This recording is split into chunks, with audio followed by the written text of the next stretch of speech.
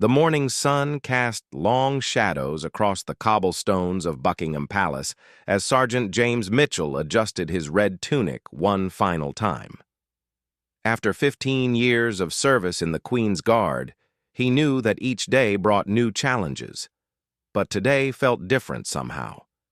The tourist season was reaching its peak, and the crowds were becoming more difficult to manage with each passing week. James had joined the Guard as a young man of 22, fresh from military training and filled with pride at the honor of serving at one of the world's most famous palaces. His father had been a guardsman before him and his grandfather before that. The Mitchell family had a long tradition of service to the crown, and James took that responsibility seriously. As he took his position outside the palace gates, James noticed the familiar bustle of early morning tourism beginning to build. Street vendors were setting up their stalls, selling miniature Union Jack flags and postcards featuring the royal family. Tour buses rumbled past, their guides already beginning their rehearsed speeches about the history and traditions of the British monarchy. The first group of tourists approached his post around 9 in the morning. They were a family from Germany. The parents trying to corral 3 excited children who kept pointing at James's tall black bearskin hat and ornate uniform. The father raised his camera, and James remained perfectly still, his face expressionless, beneath the shadow of his ceremonial headgear. This was nothing new. James had posed for thousands of photographs over the years, maintaining his stoic composure while tourists snapped pictures and made jokes in dozens of different languages. It was part of the job, and he understood that for many visitors, seeing the Queen's Guard was the highlight of their trip to London. However, as the morning progressed, James began to notice a shift in the behavior of some tourists. A group of young Americans had been lingering near his post for nearly an hour, trying various tactics to make him react. They started with simple jokes and comments, then progressed to making funny faces and gestures directly in front of him. James had dealt with this type of behavior countless times before. The training he had received was comprehensive, covering not just military protocol, but also how to handle difficult situations with members of the public. The key was to remain professional at all times while still maintaining the dignity and tradition that the uniform represented. One of the Americans, a college-aged young man wearing a baseball cap and carrying a large camera, began to step closer to James's position. At first, he stayed within the acceptable boundaries that tourists were expected to observe. But as his friends encouraged him to get a better photo, he started to edge forward, his toes approaching the invisible line that marked the guard's personal space. James could see what was happening from the corner of his eye, but he maintained his forward gaze, his rifle held at the regulation angle across his body. The tourist raised his camera again, this time from just a few feet away, the flash going off directly in James's face. The young man's friends found this hilarious and began encouraging him to get even closer. "Come on, Mike, see if you can get him to blink," one of them called out. "Touch his hat," shouted another. The suggestions became increasingly inappropriate as the group fed off each other's energy. Mike, emboldened by his friend's encouragement, took another step forward. This time, his foot crossed the boundary line that had been established for tourist safety and protocol. James felt his muscles tense slightly, though his expression remained unchanged. This was the moment he had been trained for, the point where his duty to maintain protocol would be tested. The crowd around them had grown larger, with other tourists stopping to watch the unfolding drama. Some seemed uncomfortable with the Americans' behavior, while others pulled out their own cameras, sensing that something interesting was about to happen. James could hear whispered conversations in various languages as people debated whether the guard would react. Some tourists who had visited before shared stories of guards stamping their feet or shouting commands at unruly visitors. Others insisted that the guards never broke character under any circumstances. The truth was somewhere in between. The Queen's Guard had specific protocols for dealing with situations exactly like this one. They were trained to use the minimum force necessary to maintain order and protect both themselves and the public. But they also had clear authority to take action when that authority was challenged or when safety became a concern. Mike continued to push the boundaries, literally and figuratively. He had now stepped fully into the restricted area, his camera held high as he attempted to take a selfie with James in the background. His friends were recording everything on their phones, treating the whole situation like some kind of social media stunt. Other tourists began to voice their disapproval. An elderly British couple expressed their disgust at the Americans' behavior, while a family from Japan quietly moved their children away from the growing commotion. The atmosphere was becoming tense, and James could sense that the situation was reaching a critical point. As Mike reached out his hand, seemingly intent on touching James's uniform or equipment, the sergeant knew that the time for passive observation had passed. The protocols were clear and his training kicked in automatically. The dignity of the crown, the safety of the public, and his own authority as a representative of Her Majesty's forces were all at stake. James had always prided himself on his professionalism and his ability to handle difficult situations with the appropriate level of response. He understood that his actions in the next few moments would be recorded by dozens of cameras and potentially seen by millions of people around the world. The weight of that responsibility, combined with his duty to uphold the traditions and protocols of his position, guided his decision-making process. The crowd fell silent as they sensed something was about to happen. Even Mike seemed to realize that he had pushed things too far, though he continued to hold his position in the restricted area. The moment stretched out, filled with anticipation and tension, as James prepared to demonstrate exactly what it meant to be respectful yet firm in upholding the protocols that had governed his position for centuries. James took a deep breath and executed the movement he had practiced thousands of times during his training. With military precision, he brought his right foot up and stamped it down hard against the cobblestone, the sound echoing off the palace walls like a gunshot. The sharp crack caused several tourists to jump back in surprise, and Mike nearly dropped his camera. "Make way for the Queen's Guard!" James bellowed in his strongest parade ground voice, the words carrying across the courtyard with unmistakable authority. His voice had been trained to project commands across military formations, and in the confined space near the palace gates, it was absolutely commanding. Mike stumbled backward, his face flushing red with embarrassment as he realized that dozens of people were now staring at him. His friends, who had been so encouraging just moments before, suddenly found themselves looking anywhere but at their companion. The crowd that had gathered began to murmur among themselves, some expressing approval at the guard's actions, while others seemed shocked by the sudden display of authority. James immediately returned to his stoic stance, his rifle back in position, his face once again expressionless beneath his bearskin hat. But his message had been delivered clearly and effectively. The restricted area around his post was now completely clear, and the tourists maintained a respectful distance as they continued to observe and photograph. An older British gentleman approached Mike and his friends with a stern expression. "You should be ashamed of yourselves," he said in a crisp accent that suggested military background. "These men are serving soldiers, not theme park attractions. They deserve your respect, not your ridicule." Mike looked genuinely chastened as he realized the gravity of his behavior. "I'm sorry," he stammered, though it wasn't clear if he was addressing the British gentleman James or the crowd in general. "I didn't mean any disrespect. I just thought—" "That's precisely the problem," the gentleman interrupted. "You didn't think. These guards are protecting one of the most important buildings in our country. They're not here for your entertainment." James remained motionless throughout this exchange, but he was acutely aware of every word being spoken. This was exactly the kind of support from the public that made his job more manageable.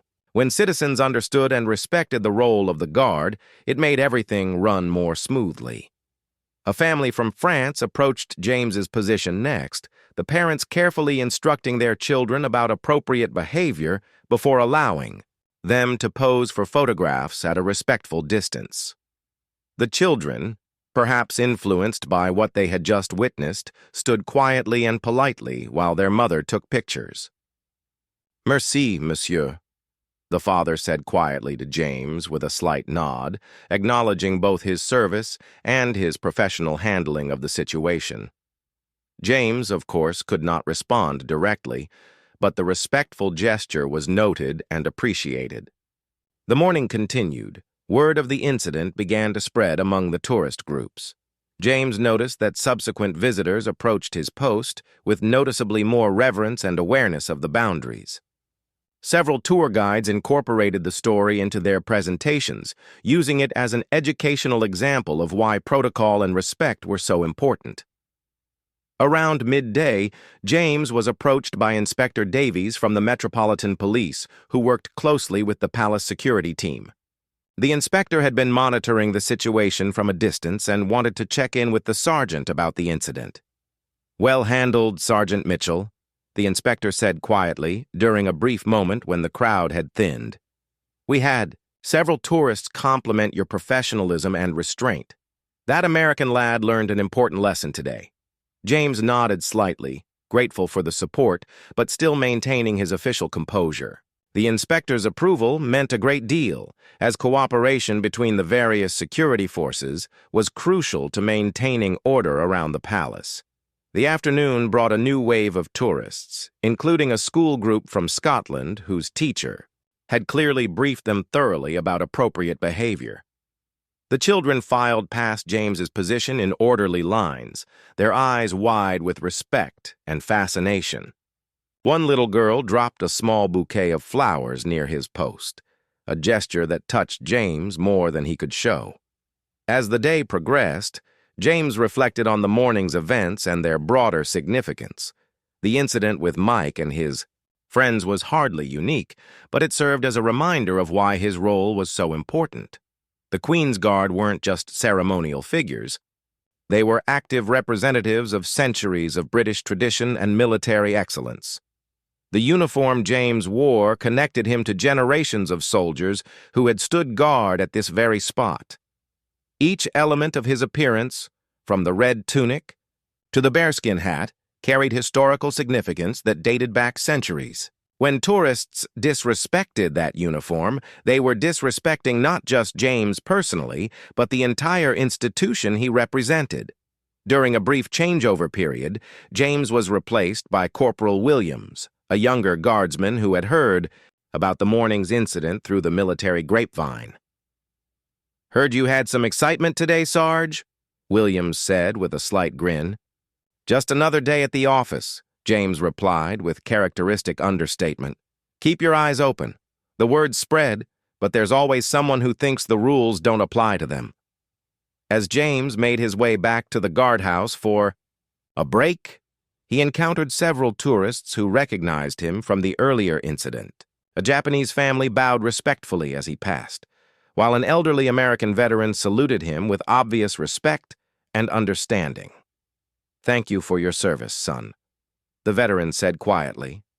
"I served in Korea, and I know what it means to wear the uniform with pride." These interactions reminded James why he took such pride in his role. For every tourist who crossed the line or showed disrespect, there were dozens who genuinely appreciated the tradition and sacrifice that the Guard represented. The key was finding the right balance between maintaining discipline and remaining approachable to the respectful majority. Back in the guardhouse, James reviewed the incident report he would need to file about the morning's events. Every significant interaction with tourists was documented, both for security purposes and to identify patterns that might help prevent future problems. His commanding officer, Captain Reynolds, reviewed the preliminary report with approval. "Textbook response, Sergeant," he said. "Firm but proportionate. The Americans got their lesson without anyone getting hurt or arrested. The captain's approval was important, but James knew that the real measure of his success would be seen in how tourists behaved around the palace in the coming days and weeks. If word spread that the guards would enforce their authority when necessary, it might deter others from similar inappropriate behavior. The following morning brought an unexpected development that would test James's resolve in an entirely different way. As he took his position at the palace gates, he noticed a small group of protesters gathering across the street. They carried signs criticizing the monarchy and appeared to be setting up for some kind of demonstration. James had dealt with protesters before, though they were relatively rare at Buckingham Palace. Most demonstrations in London took place at Parliament or other government buildings, but occasionally groups would target the palace to make statements about the royal family or the institution of monarchy itself. The protesters were peaceful and staying within their legal rights, gathering in the designated public area across from the palace gates. James's role was to continue his duties normally while keeping an eye on the situation. The Metropolitan Police had officers positioned strategically around the area, ready to intervene if the demonstration became disruptive or threatening. What made this situation particularly challenging was the presence of counter-protesters who had arrived to defend the monarchy. A group of royal supporters had gathered nearby, waving Union Jack flags and singing patriotic songs. The two groups were separated by police barriers, but the tension in the air was palpable. James maintained his stoic position as the competing. Chants filled the air around him. "Down with the monarchy!" came from one side, while "God save the king" echoed from the other. The cacophony created a surreal backdrop to his normally quiet duties. Tourist groups continued to arrive despite the unusual circumstances, many of them fascinated by the unexpected drama unfolding around the palace. Some visitors seemed nervous about the protests, while others treated it as an additional attraction, taking photographs of both the demonstrators and James as he stood unmoved amid the chaos. One particularly vocal protester, a middle-aged woman with a megaphone, began directing, her comments specifically at James and the other guards visible around the palace. "Look at these toy soldiers," she called out, her voice amplified across the courtyard, "standing there in their fancy costumes while real people struggle to pay their bills." The woman's comments were clearly intended to provoke a reaction, but James had been trained for exactly this type of situation. His job was to represent the crown with dignity, regardless of what was being said about him personally or about the institution he served. He kept his eyes forward and his expression neutral. However, the situation became more complicated when the woman began approaching the palace gates, megaphone in hand. She stayed within the legal boundaries but positioned herself as close as possible to James's post, continuing her verbal assault on the monarchy and its representatives. "How does it feel to be a puppet for a system that oppresses the working class?" she shouted directly at James, the megaphone making her voice uncomfortably loud at close range. "Don't you have any shame standing there in that ridiculous outfit?" Several tourists looked uncomfortable with the woman's aggressive behavior, and some began moving away from the immediate area.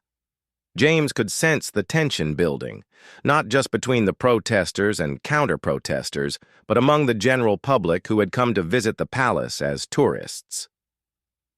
The situation escalated when one of the royal supporters broke through the police barrier and began approaching the protester with the megaphone. "Show some respect!" the man shouted, his face red with anger. "This is our heritage you're attacking!" Police officers quickly intervened to separate the two civilians, but the incident had created even more chaos and drawn additional attention to James's position. News photographers who had arrived to cover the protests began focusing their cameras on him, capturing his stoic response to the surrounding turmoil. James remained perfectly still as the drama unfolded around him, but internally, he was processing every detail of the situation. His training had prepared him for many scenarios, but this combination of protests, counter-protests, and intense media attention presented unique challenges.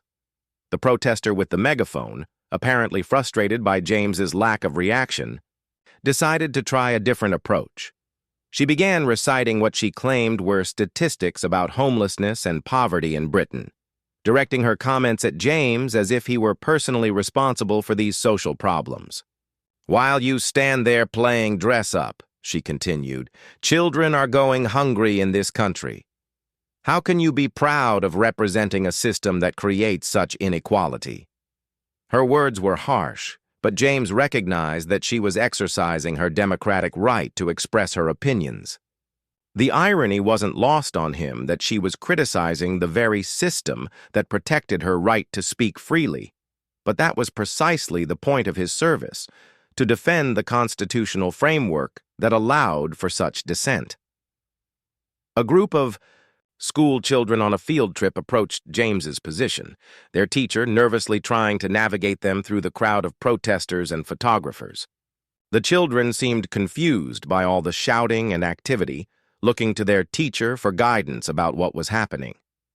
James noticed one little boy, perhaps 7 years old, who seemed particularly frightened by the loud voices and chaotic scene.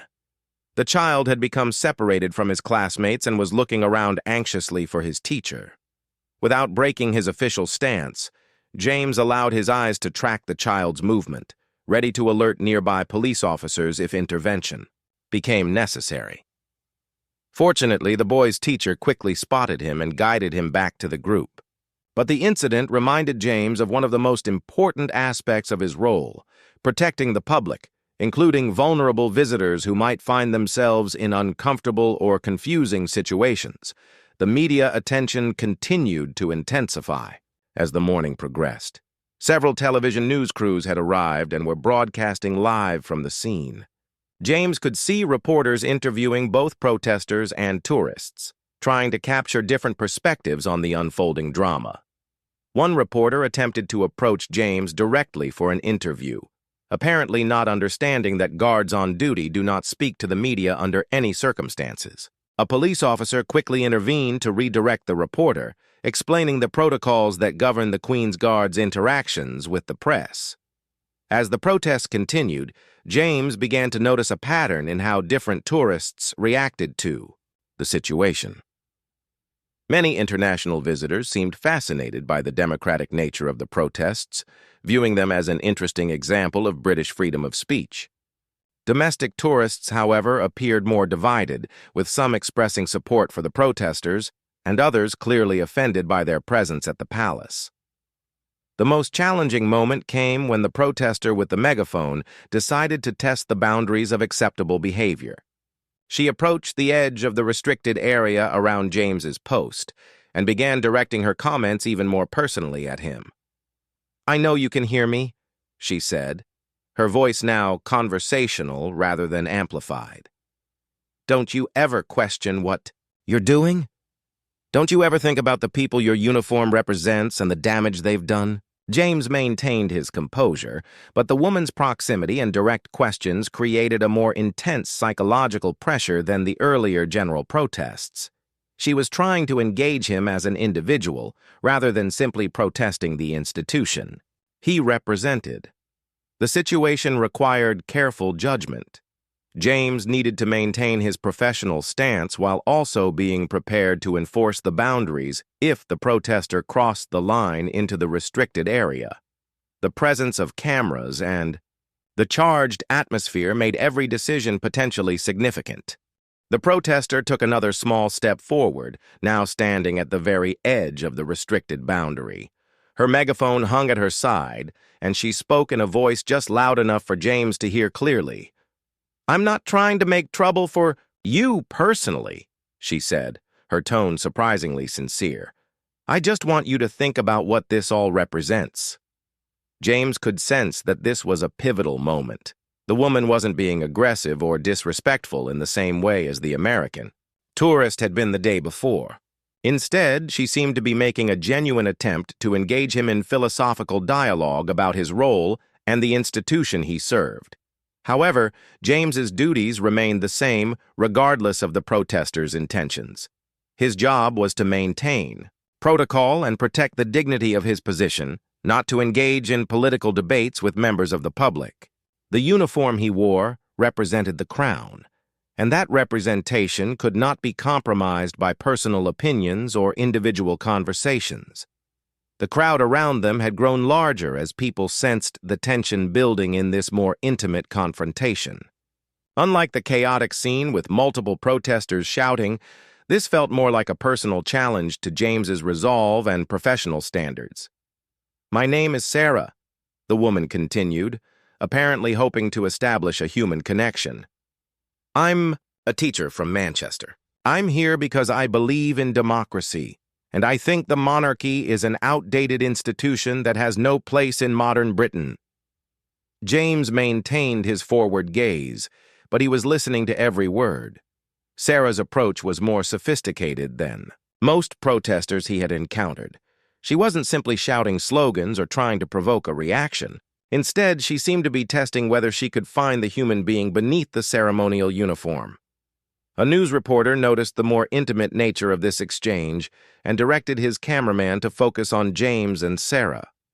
The reporter began, providing live commentary about the standoff between protester and guard, though he was too far away to hear the actual conversation taking place. Sarah noticed the increased media attention and seemed to realize that her interaction with James had become the focal point of the entire demonstration. She looked directly at him, as if trying to make eye contact despite his obligation to look straight ahead. "I know you're trained not to respond," she said quietly. "But I also know you're a thinking person with your own opinions.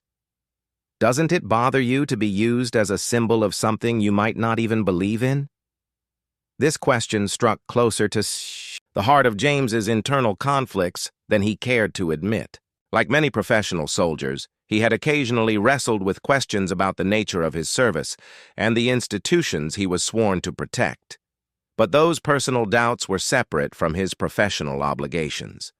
The beauty of military discipline James had learned over the years was that it provided clarity in situations that might otherwise be confusing or morally ambiguous. His job was not to evaluate the political legitimacy of the monarchy or to engage in debates about social justice. His job was to fulfill his duties with honor and professionalism. Sarah seemed to sense that her words were having some impact, even though James showed no external reaction. She continued in her quiet, conversational tone. "I respect your service to your country, I really do. But I think you're serving the wrong masters." At this point, James became aware that Sarah had unconsciously moved another half-step forward. Her foot was now clearly within the restricted area, though she didn't seem to realize it. The crowd behind her was pressing forward to hear what she was saying, and the situation was beginning to feel less controlled. James knew that he would need to act soon, but he also recognized that Sarah's violation of the boundary was inadvertent, rather than deliberately provocative. The challenge was how to enforce protocol while acknowledging the good-faith nature of her approach. Several police officers had noticed the developing situation and were positioning themselves to intervene, if necessary. Inspector Davies caught James's eye briefly and gave an almost imperceptible nod, indicating that support was available if needed.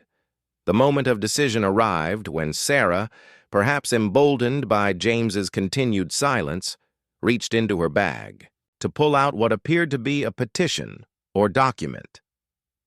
"I have something I'd like you to read when you're off duty," she said, extending the paper toward him. This direct attempt at physical interaction crossed a clear line in protocol. James could not accept documents from protesters, nor could he allow the impression that he was engaging in political activity while in uniform. The situation required immediate action. James executed the same precise foot stamp that had been so effective with the American tourist, the sharp sound causing Sarah to step back in surprise.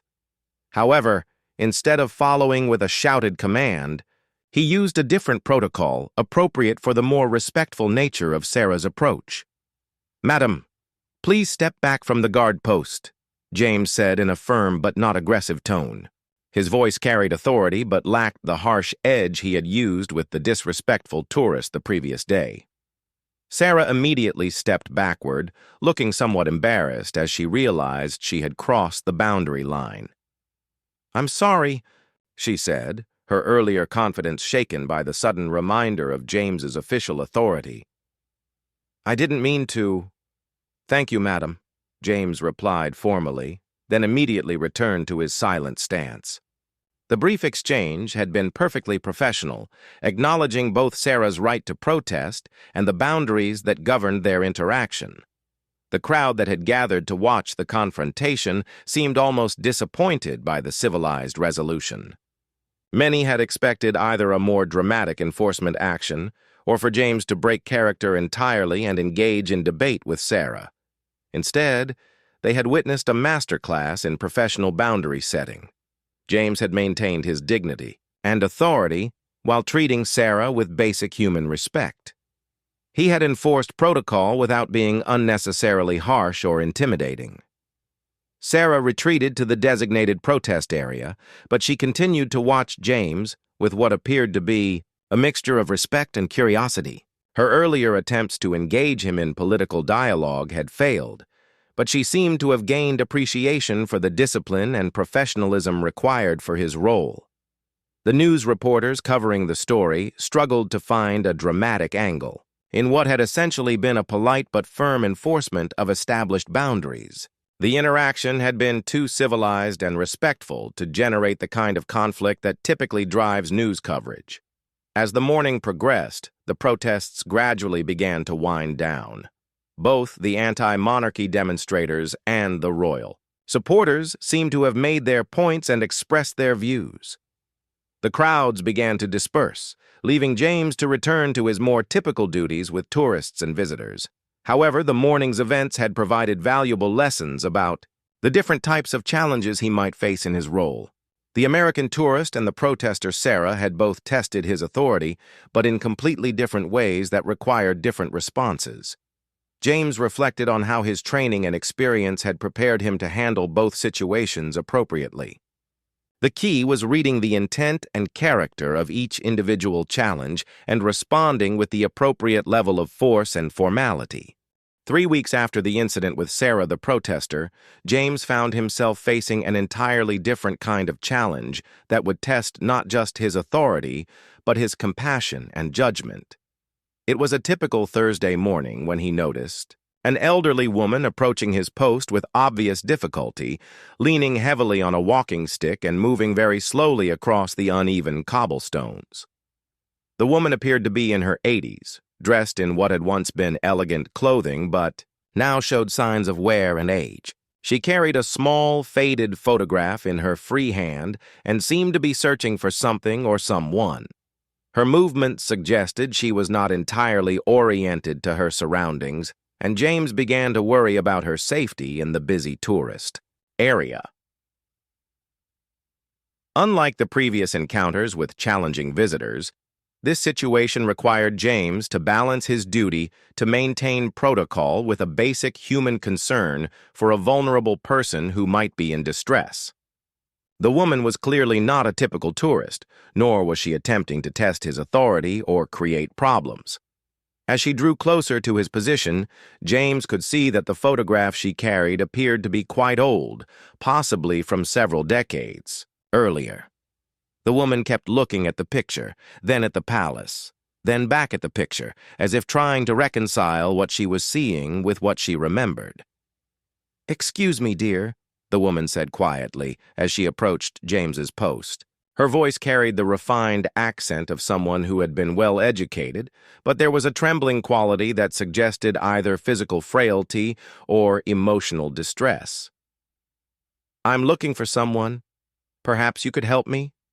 James maintained his official stance, but he was acutely aware that this situation was unlike any he had encountered before. The woman was clearly confused and possibly lost, but she was also within her rights as a member of the public to be in the area around the palace gates. The woman studied James's face intently, as if trying to recognize him. "You look so much like him," she murmured, more to herself than to James. "The same strong jaw, the same proud bearing. He would have been about your age when I last saw him." She held up the photograph, positioning it so that James could see it from the corner of his eye. The black and white image showed a young man in what appeared to be a military uniform from the 1950s or 1960s, standing at attention in a pose very similar to James's current position. His name was Thomas, the woman continued, her voice becoming more emotional. Thomas Whitfield. He was a guardsman here, just like you. We were engaged to be married, but then he was deployed overseas, and... Her voice trailed off as she seemed to lose track of her thoughts. James began to understand what was happening.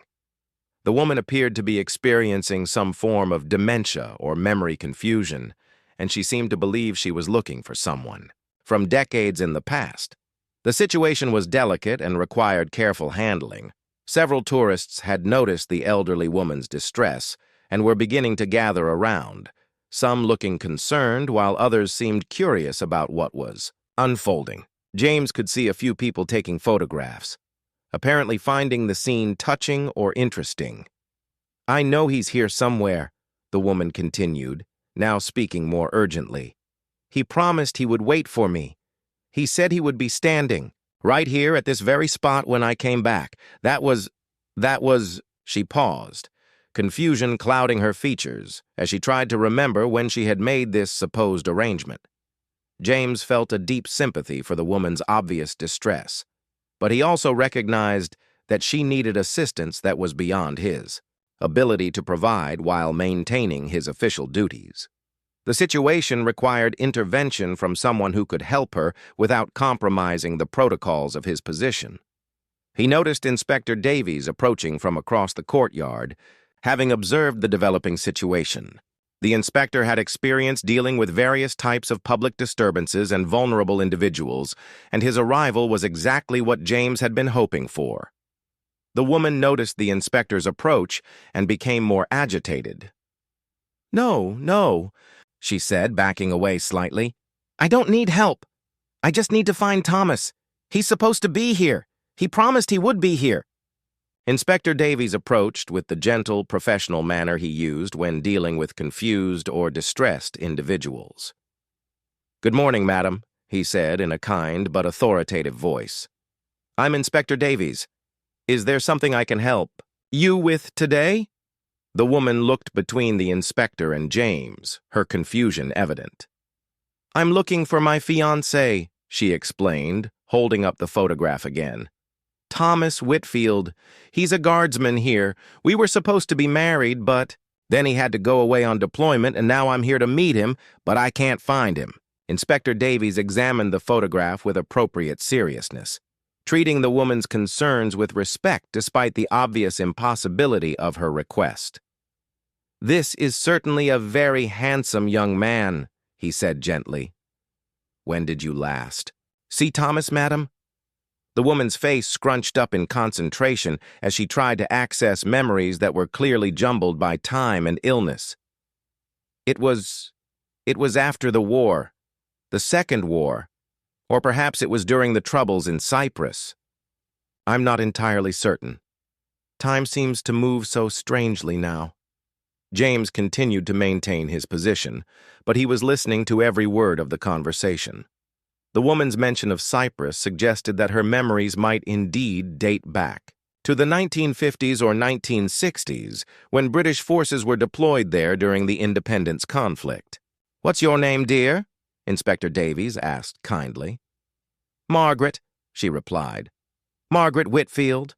Well, I will be Margaret Whitfield once Thomas and I are married. Right now I'm still Margaret Holmes, but that will change soon." The inspector nodded understandingly.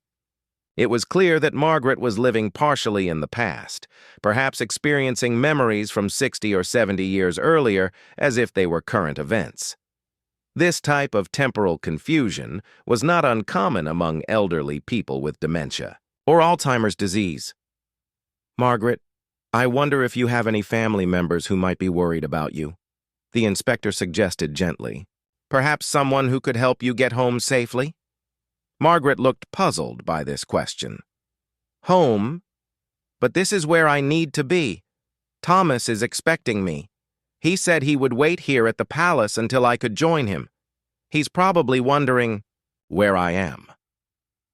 James found himself deeply moved by Margaret's story, whether it was based in reality or constructed from confused memories. The idea of someone waiting decades for a reunion that would never come was profoundly sad, and he wished there was some way he could provide comfort without abandoning his official duties. Inspector Davies was handling the situation with exactly the right combination of respect and practical concern.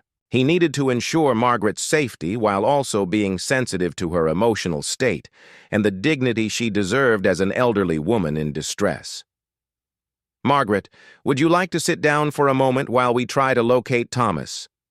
the inspector suggested, gesturing toward a nearby bench. "It might be easier to spot him from there, and you look like you could use a rest." Margaret considered this suggestion seriously. Yes, perhaps that would be wise. These shoes weren't really designed for standing on cobblestones for so long. Thomas always said I should wear more practical footwear, but I wanted to look nice for our reunion. As Inspector Davies gently guided Margaret toward the bench, James noticed that several tourists had been quietly observing the interaction with obvious sympathy. One elderly gentleman approached the inspector and spoke quietly, to him apparently offering assistance or information. The elderly gentleman who had approached Inspector Davies introduced himself as Dr. Robert Chen, a retired physician who happened to be visiting the palace with his own family. He had recognized the signs of dementia in Margaret's behavior and wanted to offer his assistance in ensuring she received appropriate care. "I've dealt with many cases like this in my practice," Dr. Chen explained quietly to the inspector. "The lady appears to be experiencing what we call temporal displacement. She's likely reliving memories from many decades ago as if they were happening today. She needs gentle care and probably medical evaluation." Inspector Davies nodded gratefully for the professional perspective. "Do you think she might be carrying any identification? We need to contact her family or care facility."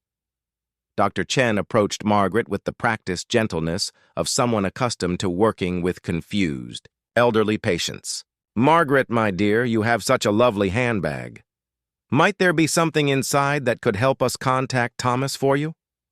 Margaret clutched her handbag protectively at first, but then seemed to remember her manners. "Oh, of course.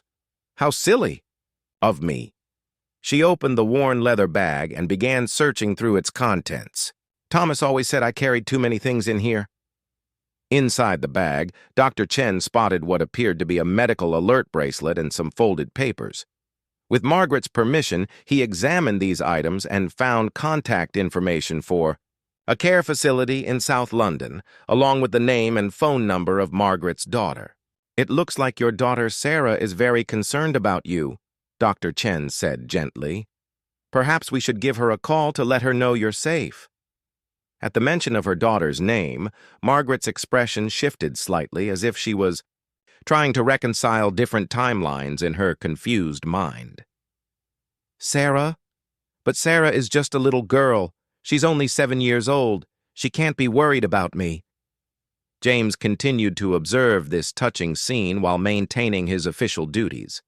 Other tourists had begun to gather at a respectful distance, many of them clearly moved by Margaret's situation. Some of the older visitors seemed to recognize the signs of dementia from their own family experiences. Inspector Davies used his radio to contact the care facility, speaking in low tones to avoid alarming Margaret further.